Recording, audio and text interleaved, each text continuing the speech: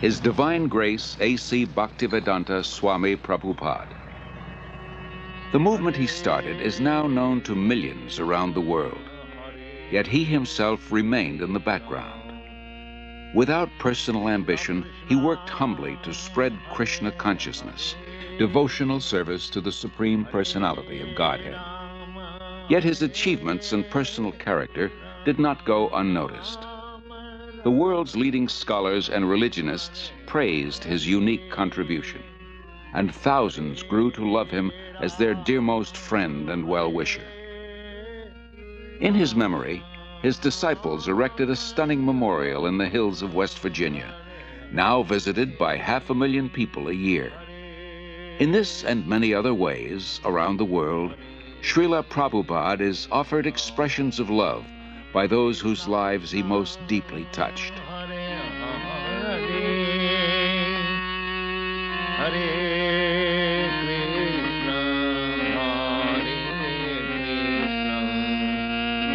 Krishna Krishna Hare Hare Hare Rama Hare. Always remember Krishna, God, and never forget him. This was the goal of the rich spiritual culture that flourished in India for thousands of years. Even today, Lord Krishna is remembered and glorified through monumental achievements in architecture, art, drama, music, dance, and philosophy. Calcutta, 1896, the capital of India, the crown jewel of the British Empire, an elegant city of wide avenues and spacious parks. It is here that Aboy Charanaravinda Bhaktivedanta Swami is born.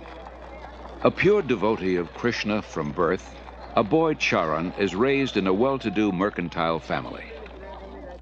From infancy, he goes with his father to the Radha Krishna temple, and at age 4, the child spontaneously begins worshipping similar deities in his home. When Aboy Charan hears of Ratha Yatra, a traditional festival in honor of Lord Krishna, it further inspires his natural devotion. With his father's help, every year he holds his own small celebration, drawing the neighborhood children into the festivities. At age 8, Aboy Charan enters the nearby Mati Lal Seal School. After graduation, he attends Scottish Churches College, one of the most respected in Calcutta. At the time, Mahatma Gandhi is organizing his countrymen in a nationwide boycott of everything British. Gandhiism is surging through India, uniting her in a massive non-cooperation movement. Sensitive to British subjugation of India's culture and people, Aboy Charan becomes an early supporter of Gandhi's movement. But 1922 marks a turning point in Aboy Charan's life. He meets Srila Bhaktisiddhanta Saraswati Goswami, the greatest devotee of Krishna of his time. Srila Bhaktisiddhanta belongs to the disciplic succession of spiritual masters extending back to Lord Krishna himself. He convinces Aboy Charan that Krishna's spiritual message transcends India's dependent position. Nothing is more important. He requests Aboy Charan to spread Krishna consciousness in the Western world. Aboy Charan hears and is deeply impressed. By this time, Aboy Charan has a growing family. He moves to Allahabad and starts a successful pharmacy. All the while, his spiritual master's words remain implanted in his heart. In 1933, he becomes a disciple of Srila Bhaktisiddhanta, who comments, "He will do everything in due time."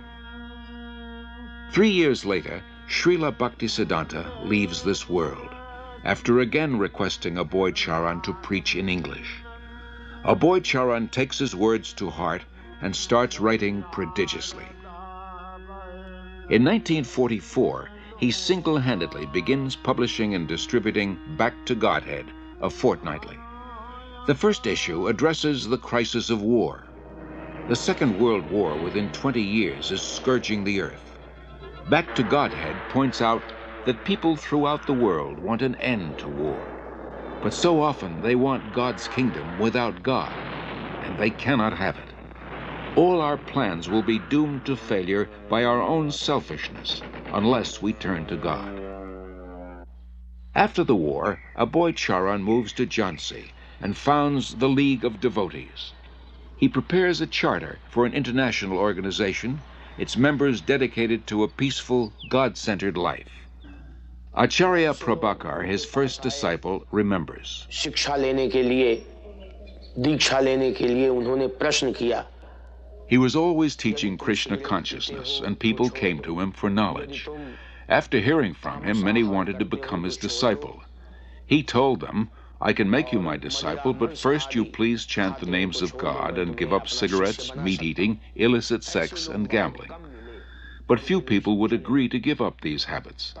Then he said, Indians are imitating the Westerners. I will make disciples in the West. Then when the Indian people see Westerners following religious principles, they will also follow. Following tradition, at age 58, a boy Charan retires from family life, and 5 years later accepts the renounced order. He is now known as A.C. Bhaktivedanta Swami. He lives alone in the historic medieval temple of Radha Damodar in Vrindavan, engaged in deep studies and writing. It was in Vrindavan that Lord Krishna revealed his pastimes 50 centuries ago, and saintly persons throughout the ages have worshipped this land as the most sacred on earth. Unlike other holy men who live there, Bhaktivedanta Swami is not thinking of retiring. For him, Vrindavan is a source of inspiration, an ideal place to chant, worship, and write. Here he begins work on his life's masterpiece, translation and commentary on the monumental devotional classic Srimad Bhagavatam. Bhaktivedanta Swami calls it a cultural presentation for the re-spiritualization of the entire human society. But often he leaves Vrindavan to print his magazine and books in nearby Delhi. Traveling takes time and tolerance, but Bhaktivedanta Swami accepts it as part of his spiritual mission to broadcast devotional service to Lord Krishna. He writes, Our leaders have carefully set aside the treasure house of India's spiritual asset, and they are imitating the Western material way of life. But people are more unhappy than ever before because of the exclusion of the most important part of life, the spiritual aspect. In Delhi, Bhaktivedanta Swami personally distributes copies of Back to Godhead, and with small donations, struggles to maintain the publication. He regularly sees Surendra Kumar Jain, a printer. It was somewhere in the month of February 1956 that I first met Prabhupada. He came to my press for getting the magazine printed, Back to Godhead. I found that it was not very easy for him to collect money. He would come to the press practically every day, and after the printing was done, he would do everything himself. But he was a dedicated person, a very committed person. And at the times when he was not in a position to pay the bills, I would ask him, why are you running this? Why don't you stop it? He would say, no, it is my mission. And one day, Surendra Kumar, you will see that I will succeed in my mission. By 1964, Bhaktivedanta Swami completes 3 volumes of Srimad Bhagavatam. Prime Minister Lal Bahadur Shastri lauds his accomplishment and recommends his books for placement in India's public libraries. Sumati Morarji, chairman of the Scindia Steamship Company, gives contributions for printing Bhaktivedanta Swami's books and arranges for his passage to America. And he used to come every evening. And one day he said that he would like to go to America. I was surprised. I said, Swamiji, don't go there. You are too old to go, and it will be too cold for you. Still he insisted. So I said, all right. So I made arrangement for him to go by Jaladuta. On way, while he was passing through Suez, that day was Lord Krishna's birthday. And he gathered all the people on board the ship, all the crew members, officers, and recited some shlokas, and then some prasad was distributed to them and all that. Bhaktivedanta Swami, a lone mendicant, 70 years old, traveling halfway across the world. His only resources, the message he carries and his unflinching faith. The voyage on the Jaladuta proves a great trial. Bhaktivedanta Swami endures seasickness and then suffers severe chest pains. In 2 days, he has 2 heart attacks. If another comes, he thinks he will surely not survive. But gradually, he recovers. He writes, "I feel today better, but I am feeling separation from Vrindavan. I have no qualification, but I have taken up the risk just to carry out the order of my spiritual master." September 17th, 1965. The Jaladuta arrives in Boston Harbor. On board, Bhaktivedanta Swami writes, "My dear Lord Krishna, you are so kind upon this useless soul, but I do not know why you have brought me here. Most of the population here is absorbed in material life. How will I make them understand your message? I can simply repeat your words, and if you like, you can make my power of speaking suitable for their understanding. I have no devotion, nor do I have any knowledge, but I have strong faith in the holy name of Krishna. I have been designated as Bhaktivedanta, devotion with knowledge, and now, if you like, you can fulfill the real purport of Bhaktivedanta. Signed, the most unfortunate, insignificant beggar, A.C. Bhaktivedanta Swami." Bhaktivedanta Swami first stays in Butler, Pennsylvania, in the home of a friend's son, Gopal Agarwal, and his wife Sally. The Swami was a friend of my husband's father, Mr. Agarwal, in Agra, India. And he asked me to sponsor the Swami, and that's what I did. And that's why he came to our house in the middle of the night one night. He stayed with us for a month in Butler. And I learned, over the time, I learned to love him as I would a father-in-law. He was a very sensitive and kindly type of person. He was indeed one of the most unusual men I've ever known in my life. The Swami came with so few possessions. He came with the clothes he had on his back. He had a typewriter, and he had his books. And he had a bag of cereal.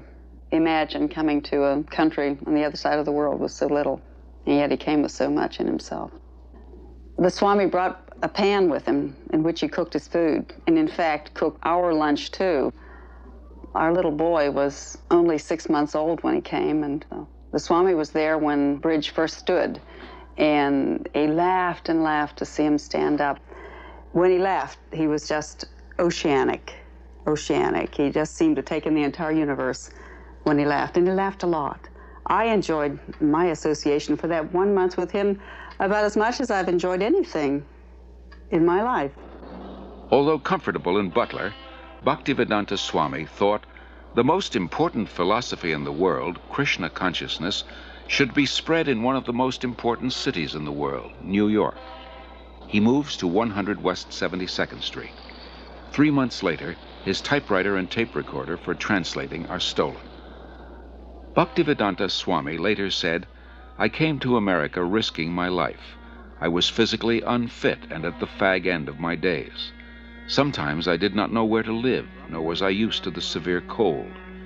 Seemingly I was alone for 1 year, but I never felt alone. I always felt the presence of my spiritual master, so I did not lose my enthusiasm, despite all difficulties." Bhaktivedanta Swami arrived in America during a decade of discontent. There's widespread dissatisfaction with America's war in Vietnam, and with what some consider her racist, exploitative dealings at home and abroad. Disillusioned by the establishment, the youth create a counterculture of their own. Around the time Bhaktivedanta Swami came, waves of Americans are breaking away from the status quo, searching for an alternative.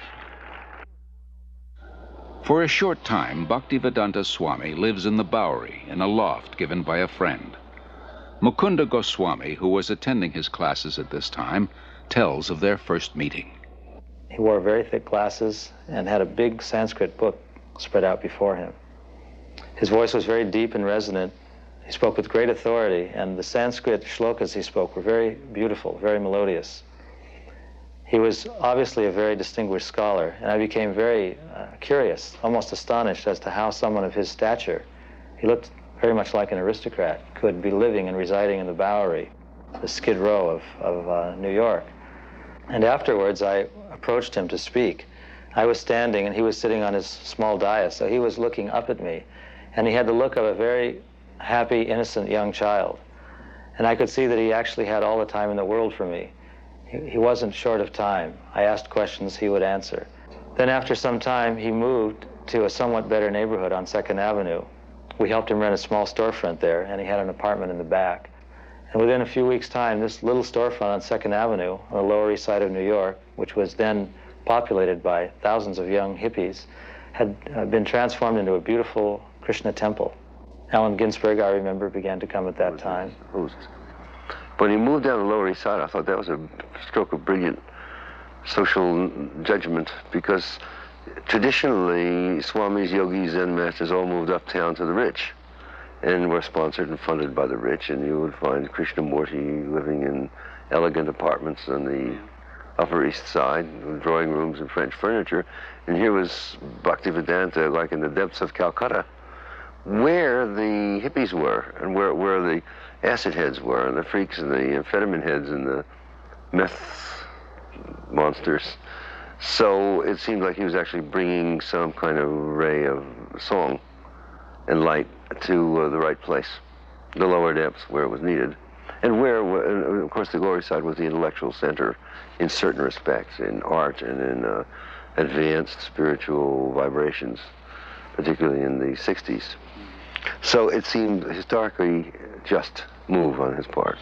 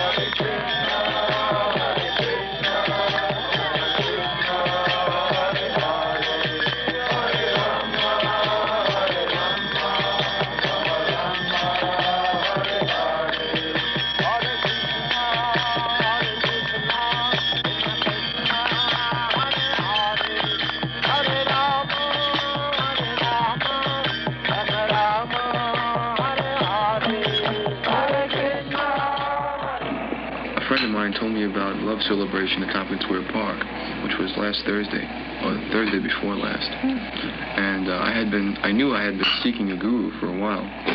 So Krishna sent me there, and I was there. And after meeting some of the initiates, I knew that the Swami really had to be into something. I came here in America in September 1965. I was wandering in the street, and some of the boys saw me, and gradually they came to me.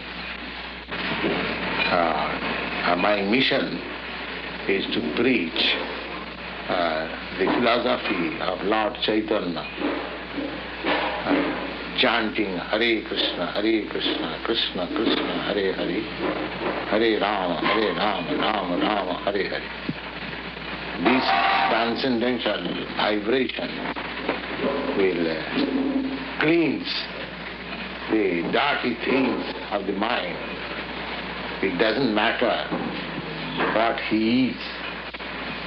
This transcendental vibration is equally appealing to everyone without any question of language, nationality, creed, or caste. Because it is coming forth from the depth of the soul. Krishna was all along preparing something, Bhaktivedanta Swami later wrote, and he brought you to me one by one, sincere boys and girls, to be trained in Krishna consciousness. Now I can see that it is a miracle. Otherwise, one old man with only a few books to sell for barely getting food, how could he survive? What to speak of introducing a God-conscious movement in a materialistic society? For Bhaktivedanta Swami, these are happy days. Singing and speaking with the vigor of a young man, he brings the Hare Krishna movement into the public eye by chanting in the parks, by distributing Back to Godhead magazine, by holding free Sunday love feasts. Many are attracted. His hopes for the future expand without limit. The Hare Krishna movement has taken root.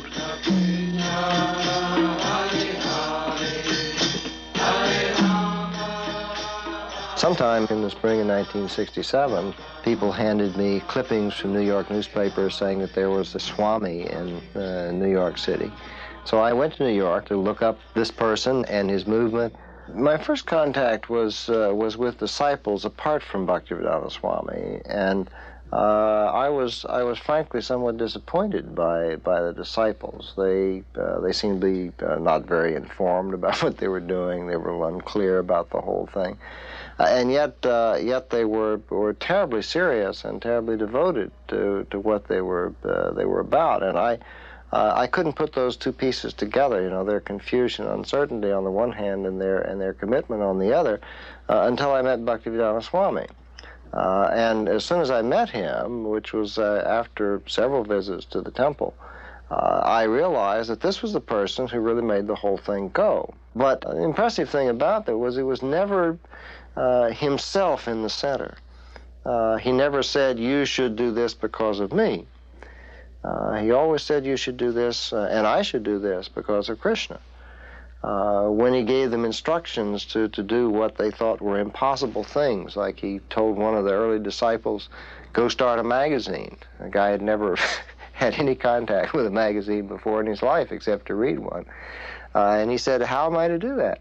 And Bhaktivedanta Swami said, Krishna will help you. He was just astonishing in terms of the personal impact that he had on people, the way that he was able to give them confidence in themselves, but more importantly, give them confidence that there was a guide who was leading them and would give them the strength that they needed. Bhaktivedanta Swami does not belong to New York. He belongs to Krishna. So when a few of his followers invite him to San Francisco, he goes and introduces the freewheeling youth to Krishna, his ancient culture, his spiritual food, his eternal chant, the way to stay high forever. In the heart of the hippie movement, Haight-Ashbury, Golden Gate Park, and in the hearts of the hippies, the Hare Krishna mantra resounds with unimagined potency.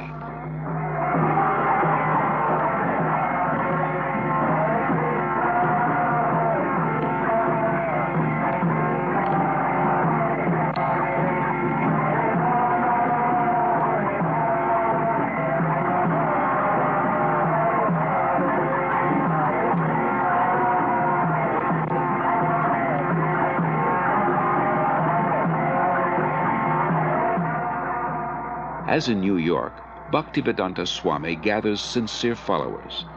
The Hare Krishna movement begins to grow.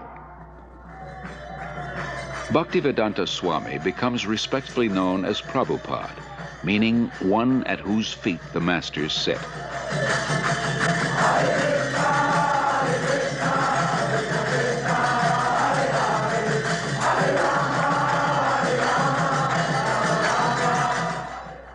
From Montreal, Prabhupada sends 6 disciples to open a temple in London.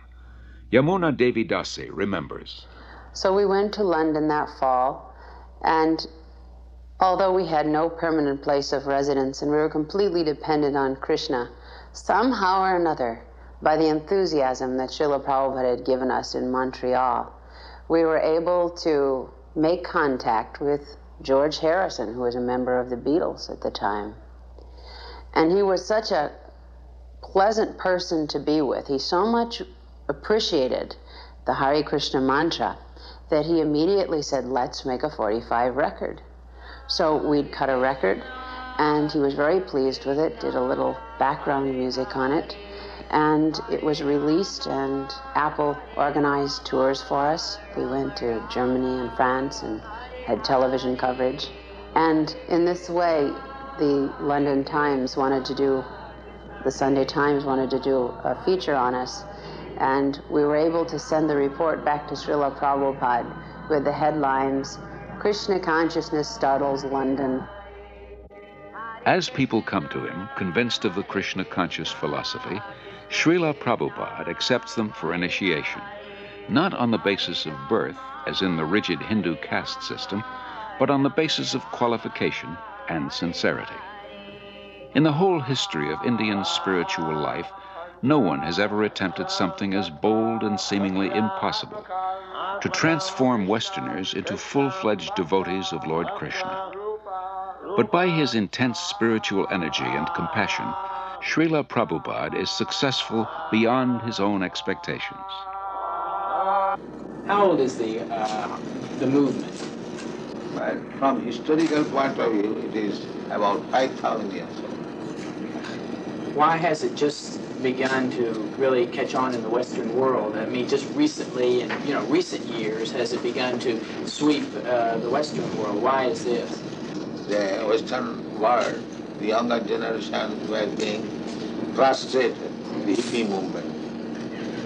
So, when they saw something tangible, they accepted it. What things would, if everyone in the United States believed in Krishna to the extent that you do, what would happen to this country? How would it be transformed? They'll be very happy and peaceful. There will be no more hippies. What would you describe as a hippie? Someone who smokes? You know better than me. Something extraordinary. The thing that really inspired me the most about Srila Prabhupada was his complete dedication to his devotees.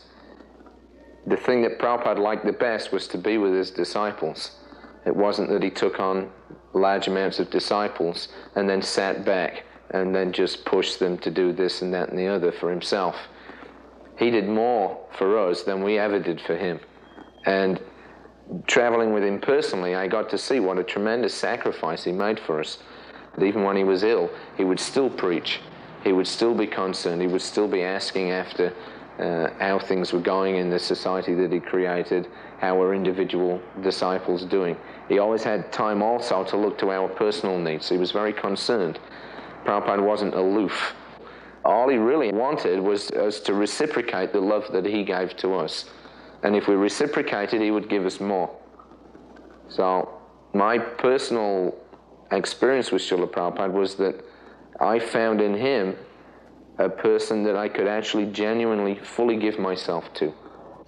In Srila Prabhupada's eyes, Krishna consciousness is not an armchair philosophy or a part-time religion. It is a way of life, a transcendental culture that can end man's political, economic, and social problems. To realize his vision, Srila Prabhupada circles the globe 14 times in 12 years, inspiring his followers and discussing Krishna consciousness with all interested persons. His door is open to everyone. Actually, nothing is private property. Everything belongs to God. Rather, we have stolen God's property and claiming my property. That is Australia. The Englishman came here, but is that the property of the Englishman? It was there. America, it was there. And when everything will be finished, it will be there. In the middle we come and claim, it is my property and fight. To revive the Krishna conscious tradition in its full richness, Prabhupada envisions God-centered, self-sufficient farm communities based on the principle of plain living and high thinking. The first such community begins on 133 acres in the hills of West Virginia. Prabhupada calls it New Vrindavan, after Krishna's place of pastimes in India. In 1972, Srila Prabhupada begins a Krishna-conscious primary school system in Dallas, Texas. Srila Prabhupada very practically introduced a primary school system to teach children self-realization along with regular studies. This means that the Gurukul system is unique in that the educators are themselves free of vices. We could hardly find an institution where the faculty members are free of loose sexual relationships, intoxication, smoking, although they may have good credentials academically. That would be rare to find.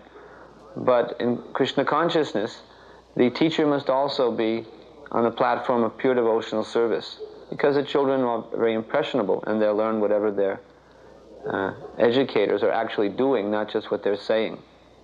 So these were some of the principles that Srila Prabhupada introduced in Gurukula. Srila Prabhupada gradually trains his disciples in the time-honored tradition of deity worship to help them advance spiritually. He explains, "I have introduced this system of deity worship among the non-believers, the atheists.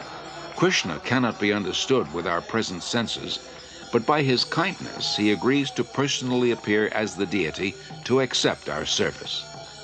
When we are attracted to the beautiful form of the deity, we will forget our attraction for material things. And as we serve the deity, we will develop pure love of God. Then our lives will be successful."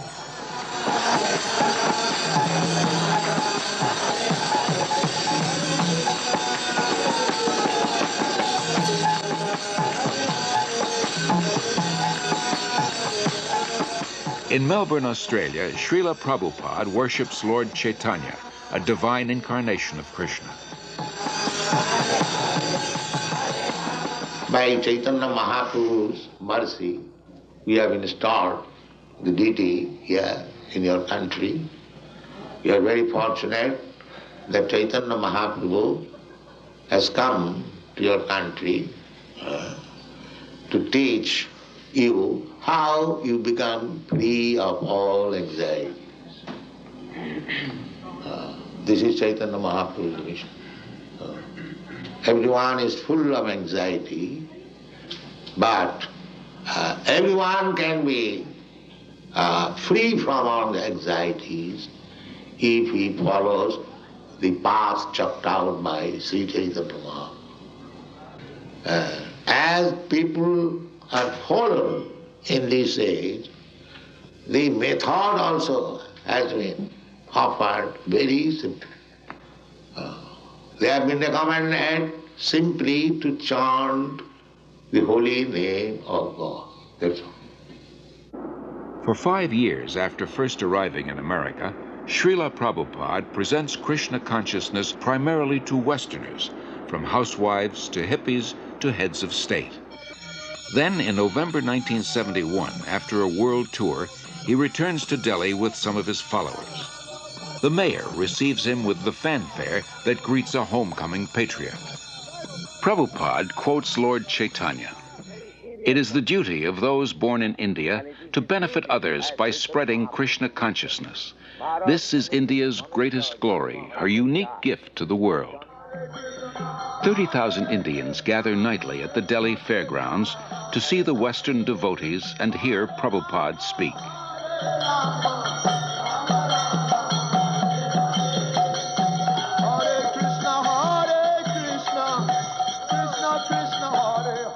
To bring about this change in India, that the revival of Krishna consciousness, Prabhupada's plan was to bring his dancing white elephants. He told us that when I bring my Western disciples to India, they will all come to see my dancing white elephants, he said.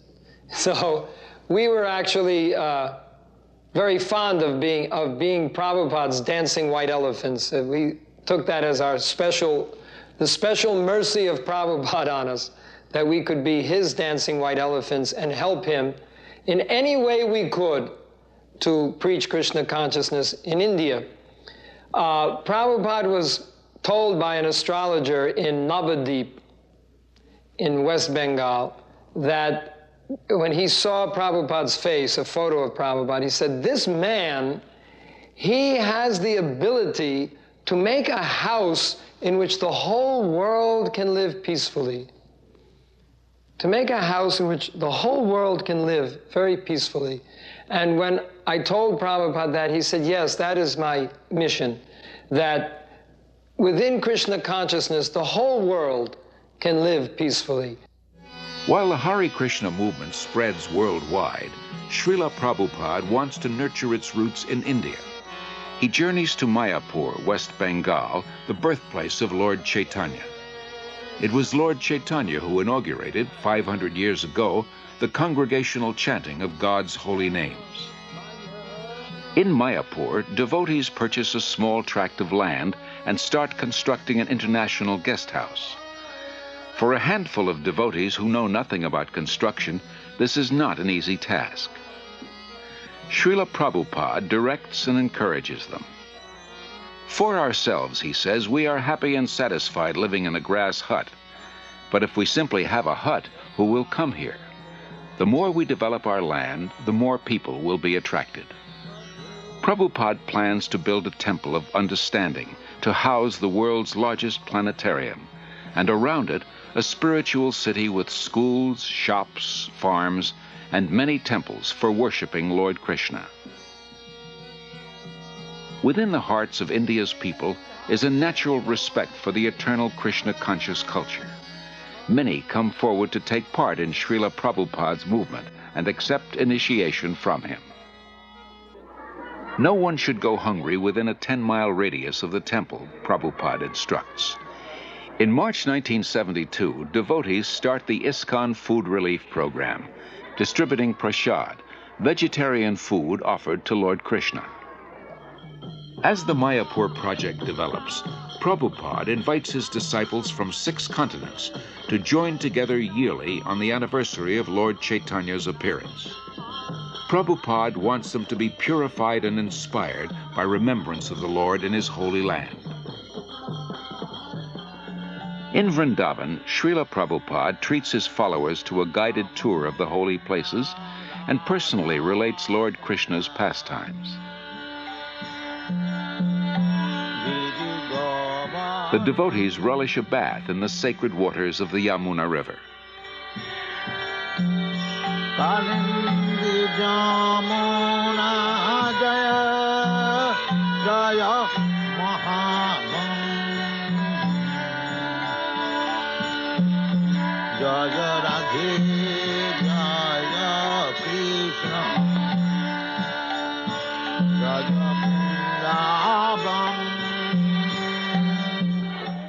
Prabhupada acquires land in Bombay, India's most cosmopolitan city. Although he has only a hut for a temple, Prabhupada envisions an international cultural center. His ambition is to give as many people as possible access to the nectar of transcendental life, whether through philosophy, service, or spiritual food, so that everyone can become happy, hopeful, and peaceful. Dr. N.D. Desai, a leading Bombay industrialist, recalls. From 1971 through 1977, I must have met Prabhupada many, many times. And each time I met Prabhupada, I would try to find fault with him. And even I would try to make him angry, or I once even tried to find out whether he was greedy. I just couldn't find any fault with him. In fact, in matter of business life or daily life, we do try to see the weakness of the other person, and sometimes we try to, as a businessman, try to take advantage. But here was a person who just wouldn't become agitated. There was absolutely no lust in him. There was no greed in him. There was, I couldn't see a spot of jealousy in him. And then I realized, after 6 years of that he was a very empowered, divine person. Gradually, Srila Prabhupada says, I am seeing all my dreams being fulfilled. In Bombay, a spacious marble temple, a theater, a restaurant, a library, and a twin-towered 7-story hotel. In Mayapur, the planned spiritual city develops. Hare Krishna, Krishna Krishna. In Vrindavan, the popular Krishna Balaram Temple, an international guest house, and a secondary school. Prabhupada sees his society grow into a worldwide confederation with more than 100 temples, restaurants, institutes, schools, and farm communities. 500 years ago, Lord Chaitanya predicted that one day the holy name of Krishna would be heard in every town and village of the world. By the mid-70s, Hare Krishna becomes a household word. When I first met the first Hare Krishnas, I can remember how surprised I was, and really I wondered what this meant. The costumes and the chanting and the shaved heads appeared a little strange, a little bizarre to me. But the more I came to know the movement, I came to find that there was a striking similarity in the essence of what they were teaching and saying, and in my understanding of the original core of Christianity. That is, living simply, not trying to accumulate worldly goods or profit, living with compassion toward all creatures, sharing, loving, and living joyfully. I am impressed with how much the teaching of one man in the spiritual tradition that he brought has impacted itself into the lives of so many people. So in my own view, his contribution is a very important one and will be a lasting one. As a child, Srila Prabhupada celebrated Rath Yatra near his home in Calcutta with his playmates. Years later, he is still celebrating the Rath Yatra festival, but now on the main streets of 20 large cities around the world, and with hundreds of thousands of disciples and guests.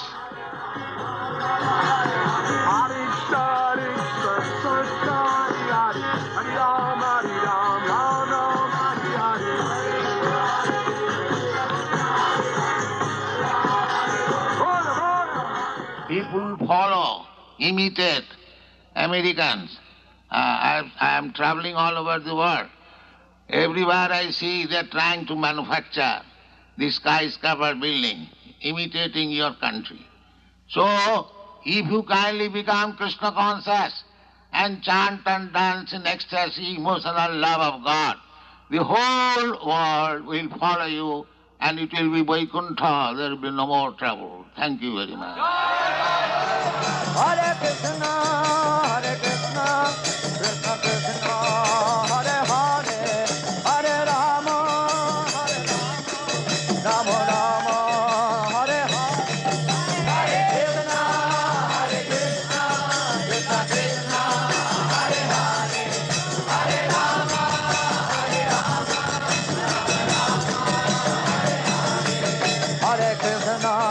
Hare Krishna, Krishna Krishna, Hare Hare, Hare Rama,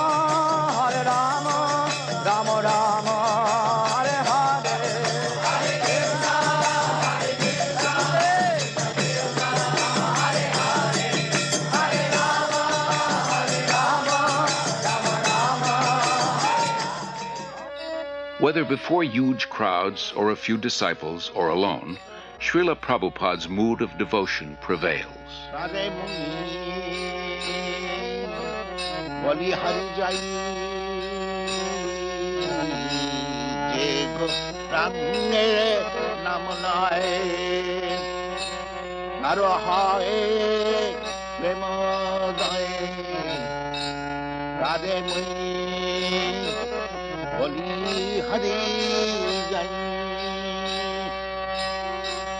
Gauranga gulate jhure Nitalila tare jhure Gauranga gulate jhure Nitalila tare Se jana bhakti hari.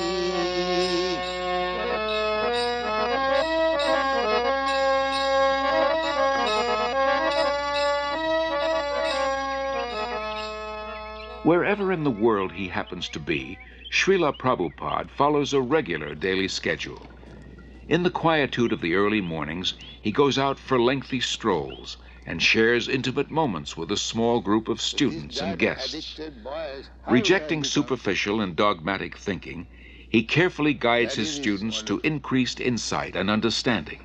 So you may have $2 million, I may have $10, you may have $100. Everyone has got some riches.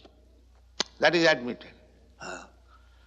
But nobody can say that I have got all the riches. That is not possible. If somebody can say that I have got all the riches, he is God. That is spoken by Krishna. Nobody has said in the history of the world. Krishna says, Bhoktaram Jaggathamasam Sarvaloka Mahesam. I am the enjoyer of everything. And I am the proprietor of all the universe. Who can say that? That is God. In the afternoons, Prabhupada meets with guests, here in Los Angeles with scholars of religion. Your pride, your property, your family, your bank balance, your skyscraper building, all taken out. That's finished. Got out. This is God. Now understand God? To believe or not believe, God will come one day. He'll take you, take your everything and get out. That is stated in the Bhagavad Gita. But those who are not believers in God, to them I come as death and take away everything. Finished. That one has to believe. Yes, as sure as death. Then God is sure. So unless one is madman, he cannot say there is no God. Anyone who denies the existence of God is a madman. Prabhupada, wouldn't it be better to say he's blind, he's stupid? Yes, the same thing. The mad is the sum total of stupidity.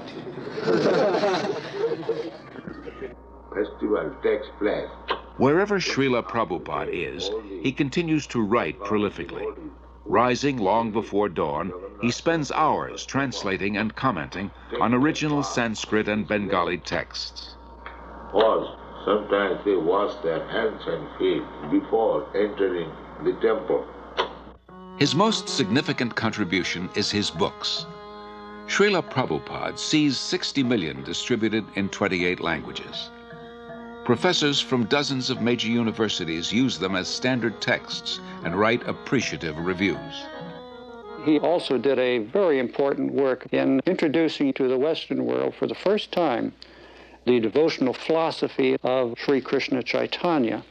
Not only did he introduce these texts, but he introduced them in a way that was quite different from the other translations that had been made. I had read so many different translations, for example, of the Bhagavad Gita, which had all been interpreted from the impersonalist type of philosophy of the Advaita school. And here, you might say, for the first time was a truly devotional translation, a spiritual translation of the text, which I felt really came much closer to the true meaning and the purpose of the Bhagavad Gita. Established in 1972, the Bhaktivedanta Book Trust exclusively publishes Srila Prabhupada's works. It becomes the world's largest distributor of books in the field of Indian religion and philosophy. For Srila Prabhupada, the transcendental knowledge in these books forms the basis of the Hare Krishna movement, a movement prophesied to grow for the next 10,000 years. In 1977, despite his failing health, Srila Prabhupada continues traveling and teaching. February 1977, the world's largest pilgrimage, Kumbh Mela in Allahabad, India. Millions gathered to bathe in the holy Ganges. Although physically weak, Srila Prabhupada attends. His disciples perform kirtan and distribute books and Back to Godhead magazines. Practically from the very beginning, Srila Prabhupada gave us notice that he would not always be with us. Of course, it was only a few months after he opened the storefront on 26th 2nd Avenue that he became very ill, and he had that heart attack or whatever it was, and it seemed even at that time that he might leave then. And he warned us. He said, I am an old man. I may leave at any moment. The notice is already given. 70 that has already passed. So Prabhupada was never under any illusion that he would remain forever in this world with us. But he said, my instruction will remain.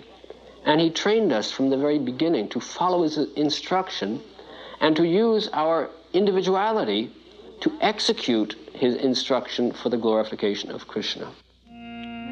Although his illness steadily worsens, Srila Prabhupada speaks nightly at a program in Bombay. In May, he journeys to Rishikesh at the foot of the Himalayas to try to regain his health. There, he continues to instruct his intimate disciples. Then in October, Srila Prabhupada returns to his old home, Vrindavan, to spend his final days.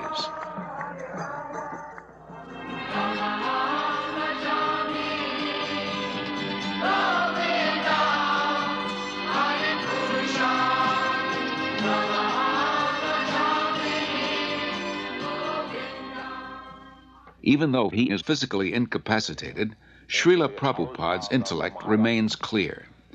He continues dictating translations and comments on his life's work, Srimad Bhagavatam, until days before he departs from this world.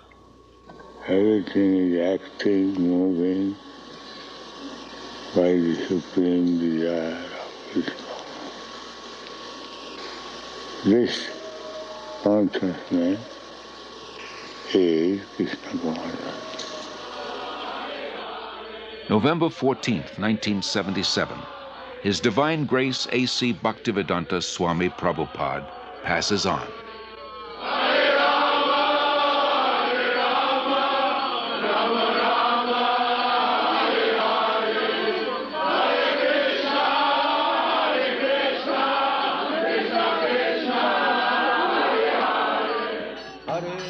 That divine personality who spoke on different subjects with thousands of meanings, who imparted knowledge in thousands of ways, and who inspired thousands of devotees, has now returned to his Lord, Sri Krishna. Being kind to his devotees, Lord Krishna gave them the association of Srila Prabhupada. Being independent in his desires, the Lord has now broken that association. Yet Srila Prabhupada remains. He lives forever in his teachings, and he lives forever in the hearts of his followers as their ever well-wisher.